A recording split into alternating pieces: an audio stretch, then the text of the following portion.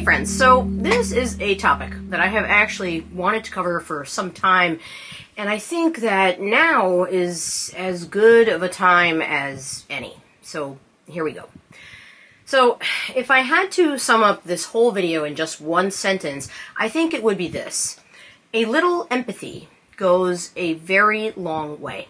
And excuse me, I think that as a society, we talk about empathy a lot, but I think there are a lot of people who think they know what it means or even think that they practice it, but based on how things are going in the world these days, I think maybe some of us may need a refresher course on it. Empathy is basically having the ability to stand in someone else's shoes and see and feel what it is truly like to be them. It is a very powerful thing. Strange, too, because there's no script for it, no right or wrong way to do it. It's really just being able to listen to someone else and hear them. It's the ability to hold space for them to express themselves. It's the ability to connect with another person and communicate the very important message of, I understand you, I see why you feel this way, I get it, I see you, you are not alone. Sounds good, right? But here's the catch.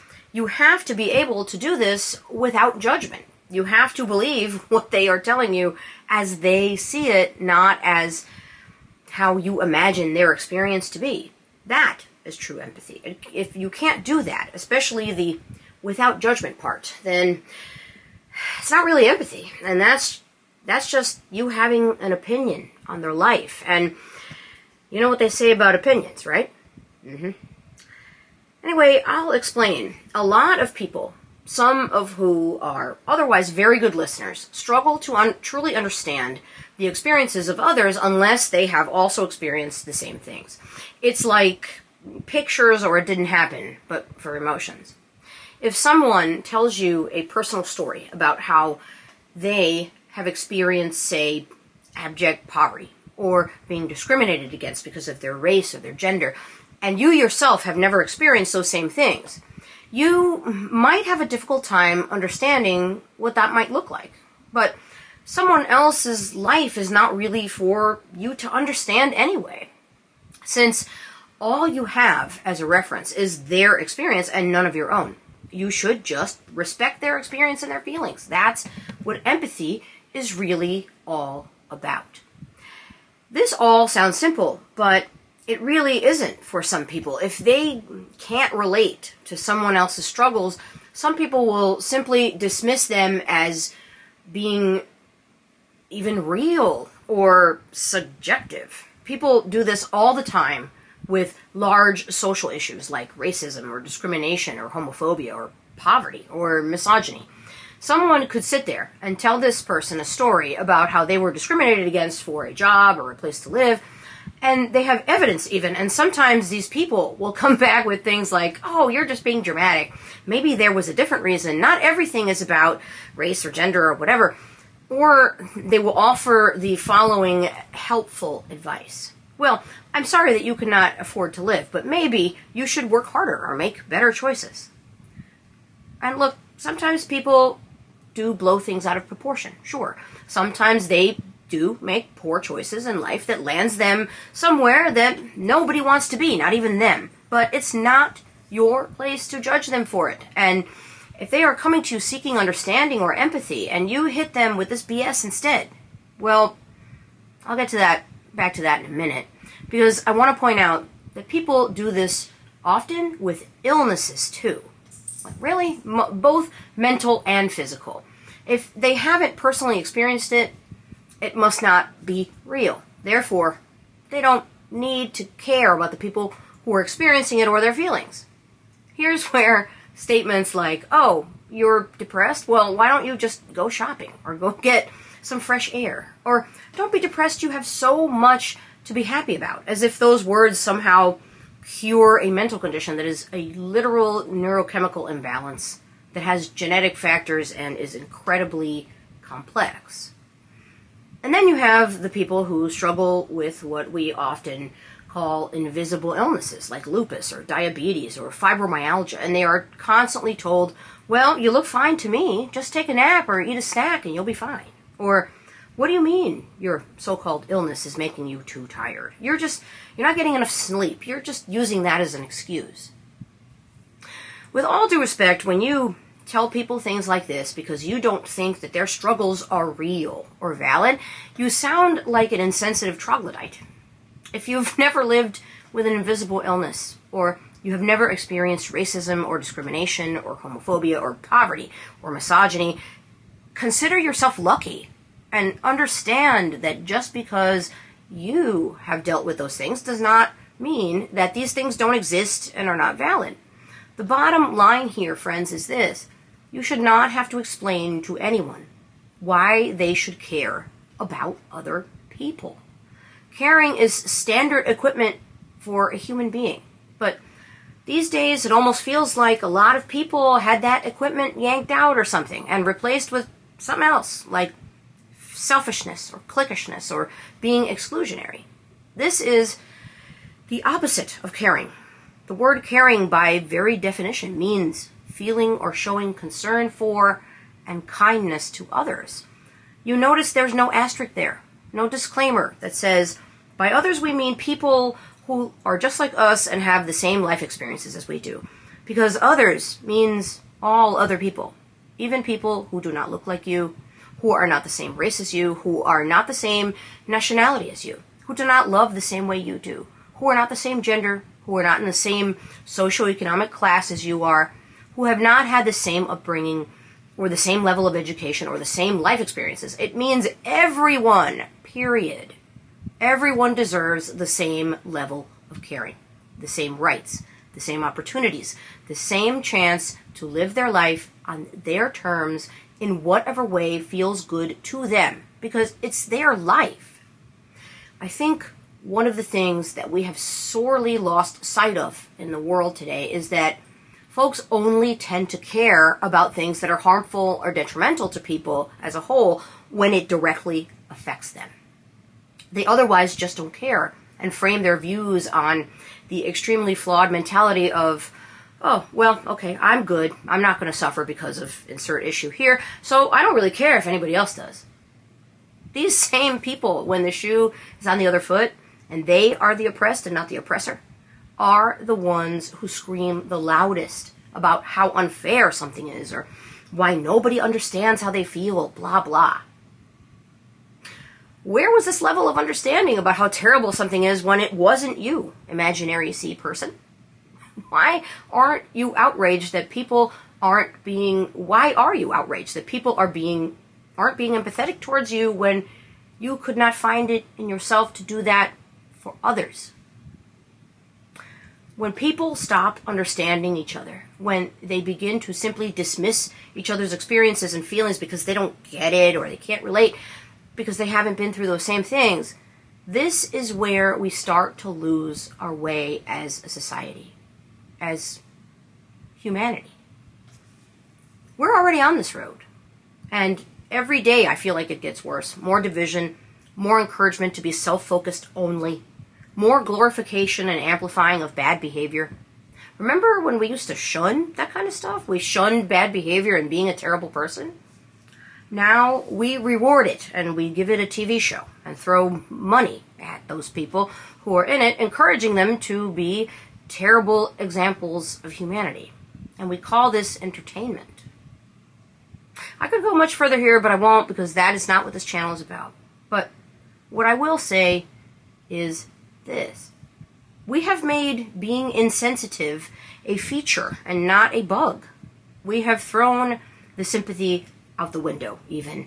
And sympathy, by the way, is not the same thing as empathy. You can have sympathy for, say, a homeless guy who sleeps outside a convenience store every night because it's much easier to do that than to have empathy. Sympathy comes from a position of power. You don't know that life. So you're lucky enough not to have to live it, so you're not going to understand it. Empathy comes from a different place, far deeper than that. It's what makes you get on your knees and look that homeless guy in the eye, and seeing the pain that is behind it without judging him. And it's also what makes you understand that if you had been born into a different family, or you made some different choices, that guy could be you. And if you choose to help that person by giving them some food or whatever, you do it while stepping outside of your emotions.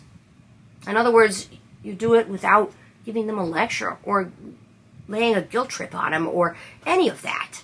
And speaking of lectures, have you ever thought about the etymology of that word, where it comes from? It comes from the Latin word lectura, which means a reading, a speech given by someone for the purposes of educating another who presumably knows less than the speaker about that subject.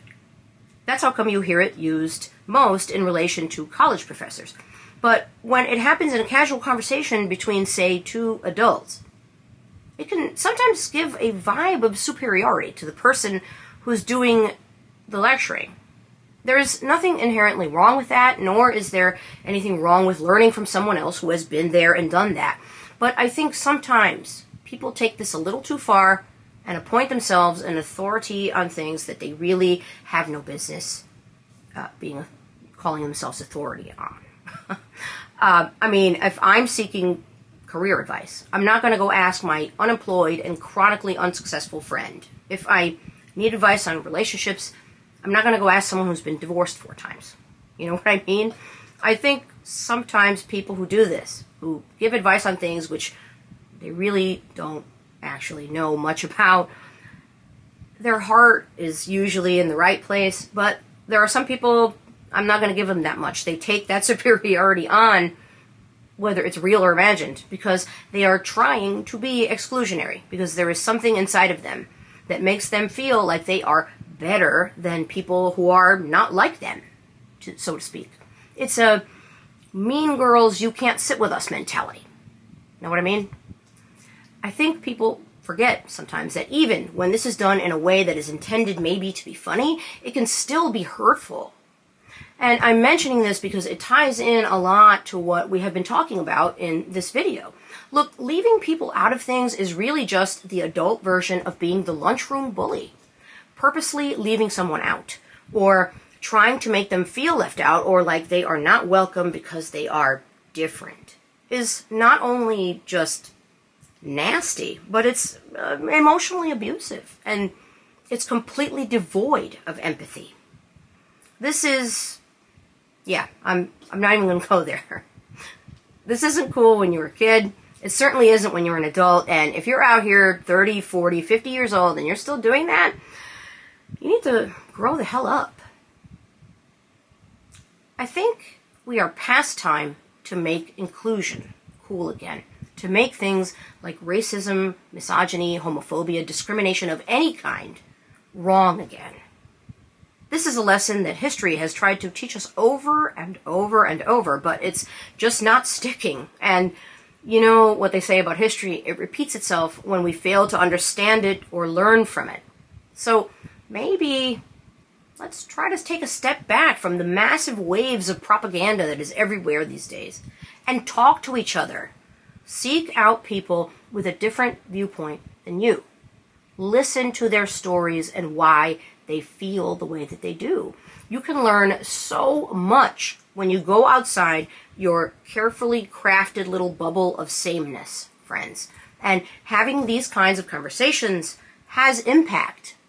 It's easy to yell at a stranger on a screen, to call them names or pound your chest with your opinions being right or superior, but when you're looking that same person in the eye in real life, now, those nasty words you use so carelessly, that thing you don't like or whatever, has a face and a name. And maybe you call them family or friend or neighbor. That changes things, doesn't it? That's something to think about. And one more thing to bring it all home, so to speak. Last, but certainly not least, it is way, way past time to make caring about each other and having empathy cool again. Shared life experience is not a requirement. Neither is understanding. It's knowing that you may not have ever walked a mile in someone else's shoes, but you can see that the soles of those shoes are worn and losing their protection from the asphalt underneath the enormous weight of their personal stories and their experiences. You may not be able to do much for them, but listen and care, but that's actually huge. And one thing that you can do, which costs you nothing, by the way, is not shut the door in their face. Hold it open for them. It's the least that you can do for your fellow human being. If you made it this far in this video, thank you for caring enough to do so, and thank you for listening. That's all I've got for you this week. I'll be back next week with another priority message. Until then, take good care of yourselves and each other. Bye.